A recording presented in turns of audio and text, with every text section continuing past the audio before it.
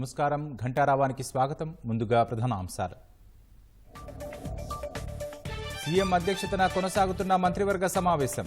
వివిధ పాలసీలు, పెండింగ్ గృహాల నిర్మాణంపై చర్చ.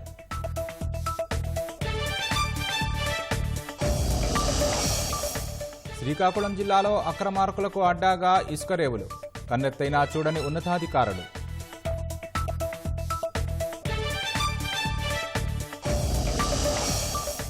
పేంజల్ ధాటికి ప్రకాశం, నెల్లూరు జిల్లాల్లో వానలు. లోతట్టు ప్రాంతాలు జలమయమై స్థానికులకు ఇక్కట్లు.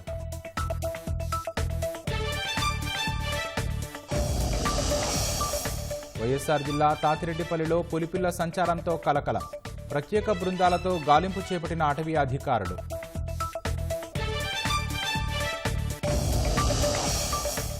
హిందువులపై దాడుల వేళ బంగ్లాదేశ్లో మరో దుశ్చర్య. భారత టీవీ ఛానళ్లను నిషేధించారని హైకోర్టులో పిటిషన్.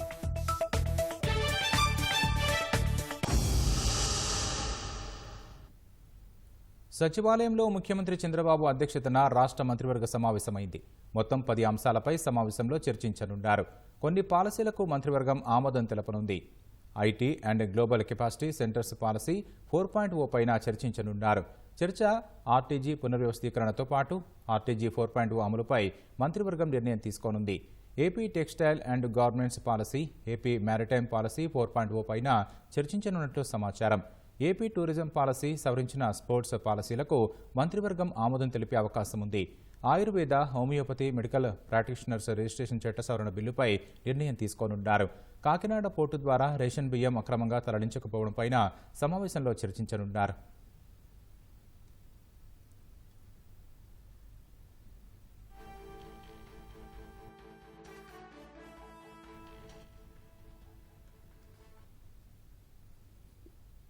ఆత్మవిశ్వాసాన్ని అణువణువునా నింపుకొని అందరితో సమానంగా ముందుకేస్తోన్న దివ్యాంగులను ముఖ్యమంత్రి చంద్రబాబు ప్రపంచ దివ్యాంగుల దినోత్సవ శుభాకాంక్షలు తెలిపారు.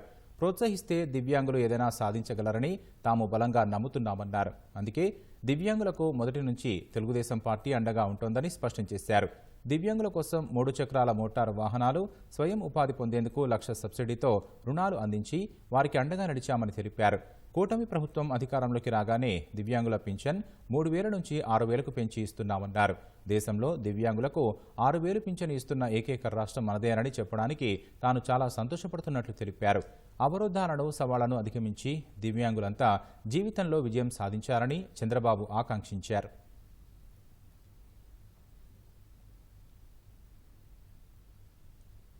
రైతుల నుంచి ధాన్యం కొనుగోళ్లు జరిపిన 24 గంటల్లోనే ఖాతాల్లో నగదు జమ చేస్తున్నామని మంత్రి నాదెండ్ల మనోహర్ స్పష్టం చేశారు.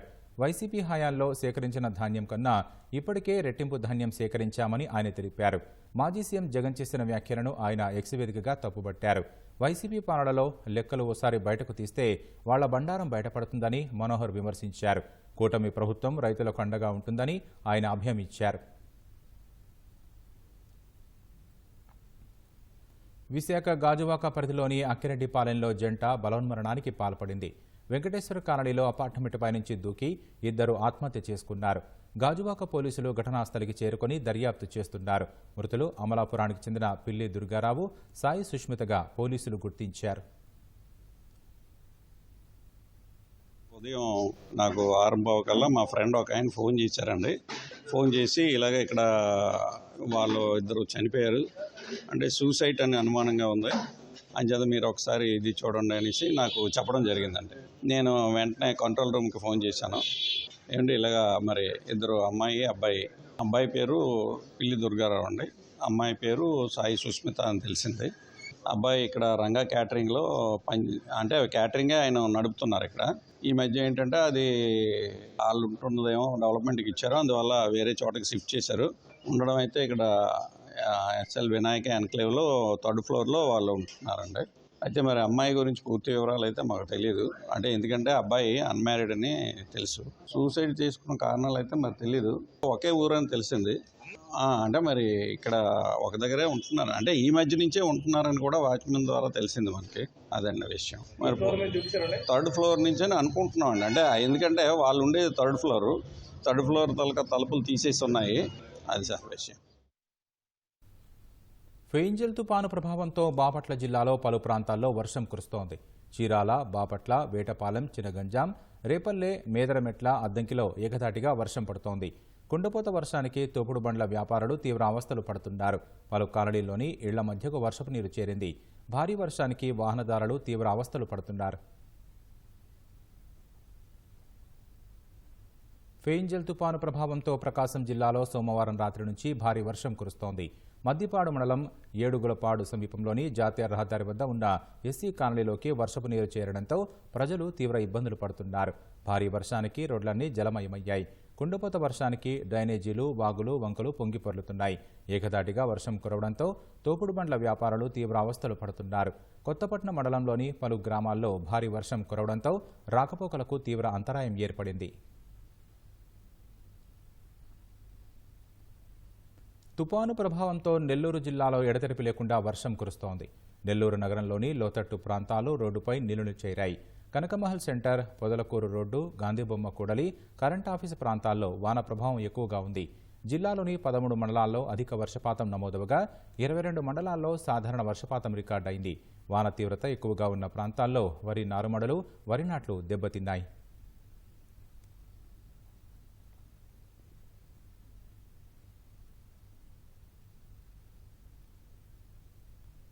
ఫెయింజల్ తుపాను ప్రభావంతో నెల్లూరు జిల్లా కలువాయి మండలం రాజుపాలెంలో గత 4 రోజులుగా భారీగా వర్షాలు కురుస్తున్నాయి. కుండపోత వర్షానికి పాఠశాలలకు వెళ్లలేక విద్యార్థులు తీవ్ర ఇబ్బందులు పడుతున్నారు. భారీ వర్షానికి రోడ్లన్నీ బురదమయమయ్యాయి. గ్రామం నుంచి పాఠశాలకు వెళ్లేందుకు కిలోమీటర్ దూరం ఉండడంతో కొంతమంది విద్యార్థులు బురదలో జారి కింద పడుతున్నారు. మరికొందరు పాఠశాలకు వెళ్లలేక ఇంటి దగ్గరే ఉండిపోతున్నారు. ఇటీవల కాలనీలో ఓ వ్యక్తి మరణిస్తే బురద రోడ్లపై శవాన్ని తీసుకెళ్లేందుకు తీవ్ర ఇబ్బందులు పడ్డారు. అధికారులు స్పందించి నూతన రోడ్ల నిర్మాణాలకు చర్యలు తీసుకోవాలని గ్రామస్తులు కోరుతున్నారు. విజయవాడ అజిత్ సింగ్ నగర్ పోలీస్ స్టేషన్ పరిధిలోని కొత్త రాజరాజేశ్వరిపేటలో అమానుషం జరిగింది. గుర్తు తెలియని వ్యక్తులు అప్పుడే పుట్టిన నవజాత శిశువును సాయిబాబా గుడి సమీపంలోని చెత్తకుప్పలో వదిలేశారు. తెల్లవారుజామున చిన్నారి ఏడుపులు విడిపించడంతో అటుగా వెళ్లిన స్థానికులు పోలీసులకు సమాచారం అందించారు. పోలీసులు ఆ పసికందును ప్రభుత్వ ఆసుపత్రికి తరలించి వైద్య పరీక్షలు చేయించారు.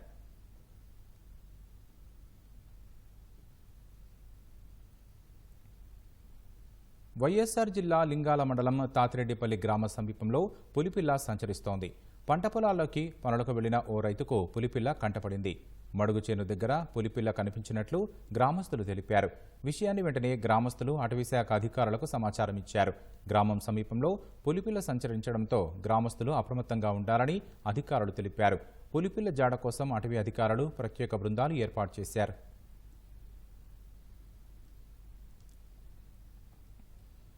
కాలేయం వ్యాధితో బాధపడుతున్న 10 నెలల బాలుడిపై ఈనాడు ఈటీవీలో పాపం పసివాడు అనే కథనం ప్రచురితం కావడంతో దాతలు స్పందించారు. ఎమ్మెల్సీ రామ్గోపాల్ రెడ్డి తక్షణమే బాలుడికి ముఖ్యమంత్రి సహాయ నిధి కింద 10 లక్షల రూపాయల చెక్కును అందజేశారు. అలాగే ప్రొద్దుటూరుకు చెందిన ఓ దంపతులు 50,000 రూపాయలు, పలువురు దాతలు చెక్కులను ఇచ్చారు. వైఎస్ఆర్ జిల్లా సింహాద్రిపురం మండలం పెడి కాలువకు చెందిన భవానీ ఆజం అనే బాలుడు కాలేయం వ్యాధితో బాధపడుతున్నాడు. గత నెల 25వ తేదీన ఈటీవీలో బాలుడిపై కథనం వచ్చింది. ఈ మేరకు బాలుడి తల్లిదండ్రులు ఈనాడు ఈటీవీకి కృతజ్ఞతలు తెలిపారు.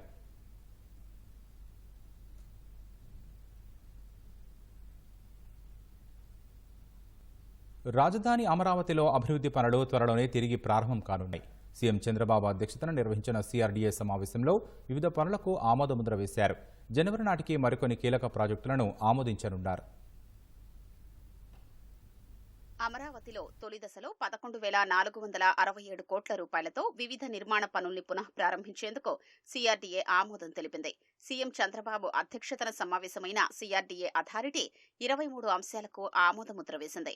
2,498 కోట్ల రూపాయలతో కొన్ని ప్రధాన రహదారుల పనులు, 1,585 కోట్లతో పాలవాగు, కొండవీటివాగు, గ్రావిటేషన్ కాలువల అభివృద్ధి, 3 రిజర్వాయర్ల నిర్మాణం చేపట్టనున్నారు. అఖిల భారత సర్వీసుల అధికారులు, గెజిటెడ్, నాన్ గెజిటెడ్ అధికారులు, క్లాస్ 4 ఉద్యోగుల నివాస భవనాల్ని 3,523 కోట్లతో పూర్తి చేయనున్నారు.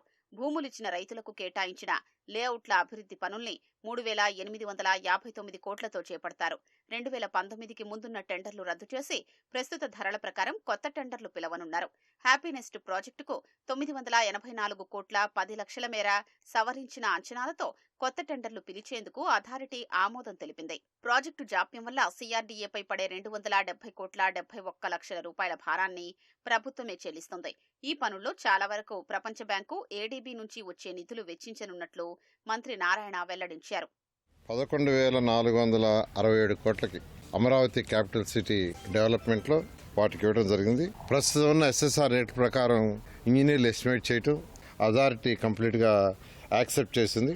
వీటన్నిటి కూడా వెంటనే అధికారులు టెండర్లు పిలిచి బహుశా జనవరి నుంచి వీటి యొక్క వర్క్స్ టేకప్ చేయడం జరుగుతుంది. ఐకానిక్ టవర్స్ 5 ఉన్నాయి. అదేవిధంగా అసెంబ్లీ అండ్ హైకోర్టు వీటికి కూడా యాక్చువల్గా టెండర్లు అయినాయి. డిజైన్ చేసే వాళ్ళకి వాళ్ళు కూడా బహుశా ఈ యొక్క డిసెంబర్ 15 లోపల వాటి యొక్క డిజైన్స్ని సంబంధించిన ఎస్టిమేషన్స్ ఇస్తామన్నారు. అది కూడా ఇవ్వగానే వాటిని కూడా అథారిటీ మీటింగ్లో ఈ నెలాఖరు లోపల అంటే డిసెంబర్ నెలాఖరు లోపల పెట్టి వాటిని కూడా అప్రూవ్ చేసి టెండర్ పిలవటం జరుగుతుంది. ఆ రోజు 2014-19లో ఏదైతే రైతులకు ప్రామిస్ చేసామో ఈ రాష్ట్రం యొక్క ప్రజలకి 5 కోట్ల మంది ప్రజలకు ఏదైతే ప్రామిస్ చేస్తే అది ఖచ్చితంగా 100% రాబోయే 3 సంవత్సరాలు పూర్తి చేయడం జరుగుతుంది. 594 కోట్ల 54 లక్షల రూపాయలతో గెజిటెడ్ అధికారులు టైప్ 1, టైప్ 2, క్లాస్ 4 ఉద్యోగుల అపార్ట్మెంట్ల పనులు చేపడతారు. 2019కి ముందు అప్పటి తెలుగుదేశం ప్రభుత్వం 785 కోట్లతో చేపట్టిన ఈ టవర్ల పనులు ప్రస్తుతం వివిధ దశల్లో ఉన్నాయి. 2019కి ముందు 408 కోట్ల 63 లక్షలు వెచ్చించారు. ఈ క్వార్టర్ల వద్ద 226 కోట్ల 26 లక్షలతో మౌలిక వసతులు పూర్తి చేస్తారు. అలాగే 607 కోట్ల 50 లక్షల రూపాయలతో నాన్ గెజిటెడ్ అధికారుల అపార్ట్మెంట్ల నిర్మాణాన్ని కొనసాగిస్తారు. ఈ టవర్ల వద్ద ఇతర నిర్మాణాలు, మౌలిక వసతుల పనులకు 594 కోట్ల 36 లక్షలు వెచ్చించనున్నారు. ముఖ్య కార్యదర్శులు వంటి అఖిల భారత సర్వీసుల అధికారుల కోసం నిర్మిస్తున్న 115 బంగ్లాల పెండింగ్ పనుల్ని 516 కోట్ల 60 లక్షలతో చేపట్టేందుకు అథారిటీ ఆమోదం తెలిపింది. భూ సమీకరణ విధానంలో రాజధానికి భూములిచ్చిన రైతులకు స్థలాలు కేటాయించిన లేఅవుట్లను సిఆర్డీఏ కొన్ని జోన్లుగా విభజించింది. వాటిలో 7 ఎల్పీఎస్ జోన్లలో మొత్తం 8,496 ఎకరాల్లో 3,859 కోట్ల 66 లక్షల రూపాయలతో మౌలిక వసతుల్ని అభివృద్ధి చేసేందుకు అథారిటీ ఆమోదం తెలిపింది. అమరావతి డెవలప్మెంట్ కార్పొరేషన్ ఏడీసీ గతంలో ఇచ్చిన కాంట్రాక్టులు ప్యాకేజీ 1 నుంచి ప్యాకేజీ 22 వరకు సీడ్ యాక్సిస్ రోడ్డుకు ప్యాకేజీల రద్దుకు అథారిటీ ఆమోదం తెలిపింది.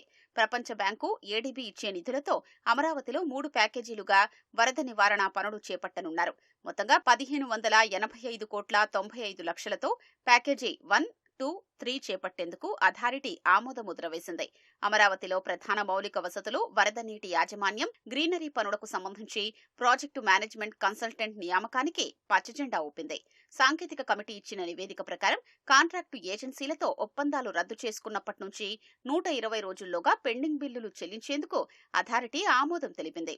అమరావతిలో తూర్పు నుంచి పడమర మొత్తం 16 ప్రధాన రహదారులు నిర్మిస్తుండగా వాటిలో మెజారిటీ రోడ్లను చెన్నై, కోల్కతా జాతీయ రహదారితో అనుసంధానిస్తామని మంత్రి నారాయణ తెలిపారు. ముఖ్యమంత్రి అధ్యక్షతన మంత్రివర్గ సమావేశం జరుగుతోంది. మరిన్ని వివరాలు మా ప్రతినిధి ధనుంజయ్ ప్రత్యక్ష ప్రసారం ద్వారా అందిస్తారు. Thank you. ముఖ్యమంత్రి చంద్రబాబు అధ్యక్షతన కేబినెట్ సమావేశం కొనసాగుతుంది. కొన్ని కీలకమైనటువంటి అంశాలపైన ప్రస్తుతం కేబినెట్లో చర్చ కొనసాగుతోంది. ప్రధానంగా 2021లో జారీ చేసినటువంటి జలవనరుల శాఖకు సంబంధించినటువంటి జీవో 62 అమలుకు సంబంధించినటువంటి అంశంపైన కేబినెట్లో చర్చ జరుగుతుంది. అలాగే దీనికి సంబంధించి ఆమోదాన్ని కూడా తెలియజేసినట్టు మనకు తెలుస్తుంది. ఈ మొబిలైజేషన్ అడ్వాన్స్లకు సంబంధించినటువంటి అంశంపైన కేబినెట్లో చర్చించి ఆమోదాన్ని తెలియజేశారు. అలాగే గిరిజన ప్రాంతాల్లో ప్రధానమంత్రి ఆవాస్ యోజన కింద గిరిజన గృహ పథకం అమలుకు కేబినెట్ ఆమోదాన్ని తెలియజేసినట్టు మనకి స్పష్టమవుతోంది. అలాగే ప్రధానమంత్రి ఆవాస్ యోజన 1.0 కింద గృహాల నిర్మాణానికి సంబంధించినటువంటి చర్చపైన కూడా కేబినెట్ ఆమోదాన్ని తెలియజేసినట్టు మనకు తెలుస్తుంది. ఇది వాస్తవానికి అదే యూనిట్ ధరతో ఇళ్ల నిర్మాణానికి సంబంధించి అంశంపైన కేబినెట్లో చర్చ చోటు చేసుకుంది. అలాగే దానికి సంబంధించి ఆమోదాన్ని కూడా తెలియజేసినప్పటికీ మనకి తెలుస్తుంది. గత 5 ఏళ్లలో అసలు నిర్మించని గృహాలను రద్దు చేసే అంశంపై కూడా కేబినెట్లో చర్చ చోటు చేసుకుంది. ఇక సమీకృత పర్యాటక పాలసీకి సంబంధించి 2024-2029కి సంబంధించి కేబినెట్ కూడా ఆమోదం తెలియజేసింది. దీనికి కొన్ని మార్పు చేర్పులతో ఈ పర్యాటక పాలసీకి కూడా కేబినెట్లో ఆమోదాన్ని తెలియజేశారు. అలాగే 2024-29 స్పోర్ట్స్ పాలసీకి సంబంధించినటువంటి అంశంపైన కొన్ని మార్పు చేర్పులకు కూడా రాష్ట్ర మంత్రివర్గం ఆమోదాన్ని తెలియజేసినట్టు మనకి స్పష్టమవుతుంది. అలాగే ఏపీ ఆయుర్వేదిక్ హోమియోపతిక్ మెడికల్ ప్రాక్టీషనర్ల రిజిస్ట్రేషన్ చట్ట సవరణకు సంబంధించి కూడా కేబినెట్లో చర్చ ఉంది. అలాగే దీనికి సంబంధించి ఆమోదాన్ని కూడా తెలియజేసే అవకాశం ఉంది. అలాగే డిసెంబర్ 15న పొట్టి శ్రీరాములు వర్ధంతిని ఆత్మార్పణ సంస్మరణ దినంగా నిర్వహించేందుకు ప్రతిపాదన పైన కూడా కేబినెట్లో చర్చించి నిర్ణయం తీసుకోబోతున్నారు. దీన్ని ప్రతి ఏటా కూడా రాష్ట్ర స్థాయిలో దీన్ని నిర్వహించాలని చెప్పి కూడా ప్రభుత్వం నిర్ణయించింది. ఈ మేరకు చేసినటువంటి ప్రతిపాదనకు కేబినెట్లో చర్చించి నిర్ణయం తీసుకునే అవకాశం అయితే కనిపిస్తుంది. ఇక AP information technology global capability centres 4.0 policy పై కూడా రాష్ట్ర కేబినెట్లో చర్చ జరగబోతోంది. చర్చించి దానిపైన నిర్ణయం కూడా తీసుకోబోతున్నారు. ఇక ఏపీ టెక్స్టైల్స్ అండ్ గార్మెంట్ పాలసీకి సంబంధించినటువంటి అంశంపై కూడా కేబినెట్లో చర్చించి నిర్ణయం తీసుకోనున్నారు. ఇక ఏపీ మారిటైమ్ పాలసీకి సంబంధించి కూడా రాష్ట్ర కేబినెట్ నిర్ణయం తీసుకుంది. ఏపీ మారిటైమ్ పాలసీలో భాగంగా కొన్ని కీలకమైనటువంటి అంశాల ఆధారంగానే వీటన్నిటికీ ఉన్నటువంటి రాష్ట్రంలో ఉన్నటువంటి 3 ఇండస్ట్రియల్ కారిడార్ల అనుసంధానం, అలాగే వివిధ ఫిషింగ్ హార్బర్లు, అలాగే వివిధ జెట్టీలు, అలాగే ఇతర మారిటైమ్ పోర్టులకు సంబంధించిన అనుసంధాన ప్రక్రియ కూడా ఈ మారిటైమ్ పాలసీలో భాగంగా తీసుకోబోతున్నారు. అలాగే పెద్ద ఎత్తున పెట్టుబడులు ఆకర్షించే విధంగా ఈ మారిటైమ్ పాలసీ ఉండబోతోంది. దీనికి సంబంధించినటువంటి ఆమోదాన్ని రాష్ట్ర కేబినెట్లో తెలియజేయనున్నారు. మొత్తం మీద ఇప్పటివరకు ఉన్నటువంటి అప్డేట్ ఇది. కెమెరా పర్సన్ శ్రీమన్నారాయణతో కలిసి Dhananjay, ETV news, Amaravati water studio. ధన్యవాదాలు ధనుంజయ్. ఇక వర్రా రవీందర్ రెడ్డి కేసులో 4 వైసీపీ కార్యకర్తలను పోలీసులు విచారిస్తున్నారు. ఇక దీనిపై మరింత సమాచారం మా ప్రతినిధి మురళిని అడిగి తెలుసుకుందాం. మురళి, చెప్పండి, సోషల్ మీడియా కేసులో వైసీపీ కార్యకర్తలను పోలీసులు విచారించడానికి కారణం ఏంటి? రాకేష్, పులివెందులకు చెందిన వైసీపీ సామాజిక మాధ్యమ కార్యకర్త వర్రా రవీందర్ రెడ్డి కేసులో పలువురు అనుమానితులు వైసీపీ సామాజిక మాధ్యమ కార్యకర్తలను పోలీసులు విచారణకు పిలుస్తున్నారు. ఇప్పటికే ఈ కేసులో వర్రా రవీందర్ రెడ్డి కేసులో ఇప్పటికే దాదాపు రాష్ట్ర వ్యాప్తంగా 71 మంది పైన పోలీసులు కేసులు నమోదు చేశారు. వాళ్ళందరినీ కూడా విచారించడానికి 41 నోటీసులు కూడా జారీ చేశారు. ఇప్పటి వరకు దాదాపు 20 మందికి పైగానే వైసీపీ కార్యకర్తలకు 41 నోటీసులు జారీ చేశారు. వారిలో సగం మంది మాత్రమే గత వారం రోజుల కిందట విచారణకు హాజరయ్యాయి. అయితే ఇవాళ మరో 4 పులివెందుల డిఎస్పీ మురళీ నాయక్ ఎదుట పులివెందుల పోలీస్ స్టేషన్ లో విచారణకు హాజరయ్యారు. వారిలో కడప సోషల్ మీడియా జిల్లా కో కన్వీనర్ సునీతారెడ్డితో పాటు నెల్లూరు, విజయవాడకు చెందిన మరో మహిళను కూడా మొత్తం 4 పులివెందుల డిఎస్పీ ఎదుట హాజరయ్యారు. ఆ 4ని కూడా డిఎస్పీ మురళీ నాయక్ దాదాపు గంట సేపటి నుంచి కూడా విచారణ చేస్తున్నారు. వారందరి మీద వాంగ్మూలం కూడా తీసుకుంటున్నటువంటి పరిస్థితి. ఈ వర్రా రవీందర్ రెడ్డితో పాటు జిల్లా కన్వీనర్ వైసీపీ సోషల్ మీడియా జిల్లా కన్వీనర్ వివేకానంద రెడ్డి ఉన్నారు. అతని సూచనల మేరకే వీరందరూ కూడా సామాజిక మాధ్యమాల్లో అధికార పార్టీ నేతల పైన అసభ్యకరమైనటువంటి పోస్టులు పెట్టారనేది ప్రధానంగా వీరిపై ఉన్నటువంటి అభియోగాలు. వీరందరూ కూడా ఒక్కో సామాజిక కార్యకర్త ఒక్కో నియోజకవర్గాన్ని ఇన్ఛార్జిగా వ్యవహరించి దాదాపు వాళ్ళ వాట్సాప్ గ్రూపులో 200 నుంచి 250 మందిని ఫాలోయర్స్ ని ఏర్పాటు చేసుకొని ఈ అధికార పార్టీ నేతలందరిపైన అసభ్యకరమైన పోస్టులు పెట్టు మండలాల నుంచి గ్రామ స్థాయి వరకు కూడా ఈ పోస్టులన్నిటి కూడా వైరల్ చేయడంలో వీరందరూ కీలకంగా వ్యవహరించారనేటువంటి ఆరోపణల మేరకు వీరిని విచారణ చేస్తున్నారు. ప్రధానంగా జిల్లా కన్వీనర్ వివేకానంద రెడ్డితో పాటు జిల్లా కో కన్వీనర్లుగా ఉన్నటువంటి వర్రా రవీందర్ రెడ్డి, ఈ సునీతారెడ్డి మరో 2 ఈ పోస్టులు పెట్టడంలో కీలకంగా ఉన్నారని కూడా పోలీసులు వాంగ్మూలం ద్వారా తెలుసుకున్నారు. అందులో భాగంగానే గతంలో వారం రోజుల కిందట 41 నోటీసులు ఇచ్చిన వాళ్ళు హాజరు కాలేదు. ఇవాళ తప్పనిసరిగా హాజరు కావాలని పోలీసులు హెచ్చరించడంతో గత్యంతరం లేని స్థితిలో ఇప్పుడు ఈ 4 వైసీపీ సామాజిక మాధ్యమ కార్యకర్తలు డిఎస్పీ మురళీ నాయక్ హాజరయ్యారు. వారి నుంచి కూడా ఎందుకు ఈ పోస్టులు పెట్టాల్సి వచ్చింది, అధికార పార్టీ తెలుగుదేశం పార్టీ అగ్రనేతలనే లక్ష్యంగా చేసుకుని ఎలా పెట్టాల్సి వచ్చింది, ఎవరి ఆదేశాల మేరకు మీరు పోస్టులు పెడుతున్నారని దానిపైన వారిని ప్రశ్నలు అడిగి వారి సమాధానాలను కూడా స్టేట్మెంట్ రూపంలో డిఎస్పీ రికార్డ్ చేస్తున్నారు. రాకేష్, అయితే మురళి, ఈ నలుగురు వైసీపీ కార్యకర్తలను విచారణ అనంతరం అరెస్టు చేసే అవకాశం ఉందా? అంటే ఇప్పటి వరకు పోలీసులు మాత్రం అంటే వర్రా రవీందర్ రెడ్డి కేసులో ఇప్పుడు వర్రా రవీందర్ రెడ్డి A1 గా ఉన్నాడు. గత నెల 8న పులివెందుల పోలీస్ స్టేషన్ లో నమోదైనటువంటి కేసులో A1 గా వర్రా రవీందర్ రెడ్డి ఉన్నాడు, A2 సజ్జల భార్గవ్ రెడ్డి ఉన్నాడు, A3 జగన్ బంధువు అర్జున్ రెడ్డి ఉన్నారు. వీళ్ళతో పాటు మరో 71 మందిని కూడా నిందితులుగా చేర్చారు. అయితే ఇప్పటికే చాలా మందికి 20 మందికి 41A నోటీసులు ఇచ్చినప్పటికీ 8 మందిని ఇప్పటికీ విచారించి మరోసారి విచారణకు రావాలని 41A నోటీసులు ఇచ్చి పంపించారు. అయితే ఇప్పుడు కూడా వీళ్ళకి గతంలో 2 సార్లు 41A నోటీసులు ఇచ్చారు. అంటే ఎవరైతే ఇప్పుడు ప్రజెంట్ నలుగురు విచారణకు హాజరయ్యారో వారికి గతంలో కూడా 41A నోటీసులు ఇచ్చినా హాజరు కాలేదు. అయితే మరోసారి ఇవాళ రావాలని ఖచ్చితంగా హెచ్చరించడంతో వారిని ప్రస్తుతం అయితే విచారణ కొనసాగిస్తున్నారు. అయితే మనం అరెస్ట్ చేస్తారా లేకపోతే మరోసారి 41A నోటీసులు ఇచ్చిన తర్వాత విచారణకు రమ్మని పిలుస్తారా అనేది మరి కాసేపట్లో తేలనుంది. రాజేష్, ధన్యవాదాలు మురళి.